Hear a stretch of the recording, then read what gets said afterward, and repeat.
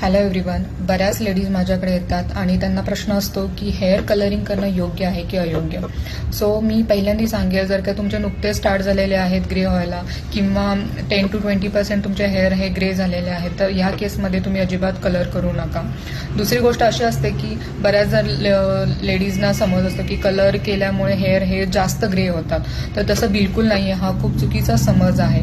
तुमचे हेअर हे ग्रे केव्हा होतात की जर का तुमचं कलरिंगचं प्रोपोर्शन चुकीचं असेल, तुम्ही कलर हा जास्त वेळ ठेवला असेल दिलेल्या टायमिंगपेक्षा आणि तुम्ही तुमची कामं करत बसला असेल, तरी तुमचे हेअर हे ग्रे होणार आहेत. तिसरी गोष्ट, जर का हार्ड वॉटर तुम्ही यूज करत असाल तरी तुमचे हेअर हे ग्रे होणार आहेत.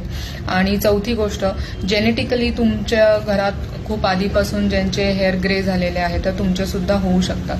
त्यामुळे ह्या गोष्टी लक्षात घ्या आणि तज्ज्ञांचा प्रॉपर सल्ला घेऊनच तुम्ही हेअर कलर करा. थँक्यू.